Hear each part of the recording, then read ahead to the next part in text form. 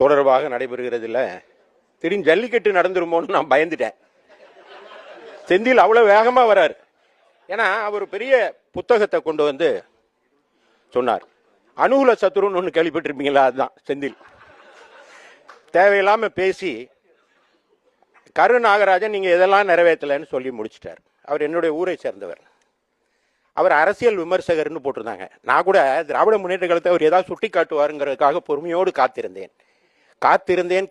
கடைசி வரை அவர் திராவிட முன்னேற்ற கழகத்தை பற்றி ஒரு வார்த்தை கூட சுட்டவில்லை. திருத்தணியிலே வேலை வாய்ப்பு தேடி வந்த அந்த வடமாநில மாணவ இளைஞனுக்கு நேர்ந்ததை சுட்டிக்காட்டினீர்களா? கள்ளக்குறிச்சியில 70 பேர் கள்ளச்சாராயத்தில் சாகிற போது செந்தில்வேல் சுட்டிக்காட்டினாரா?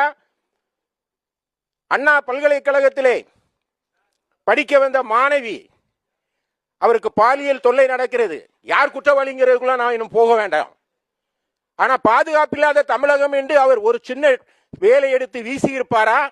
ஏன் 2 தினங்களுக்கு முன்பாக எங்க ராதாபுரம் தொகுதியில பனகுடியில கஞ்சா போதையில ஒரு மாணவனை வெட்டி கொண்டிருக்காங்க, செய்தி வந்திருக்கு.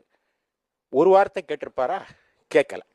இதுதான் தமிழ்நாட்டில் இருக்கிற பிரச்சனை. இதுதான் திமுக பிரச்சனைன்னா இது போன்ற விமர்சகர்கள் அதை விட பிரச்சனை. அதனாலதான் விடிய போகுதுன்னு சொல்றேன்.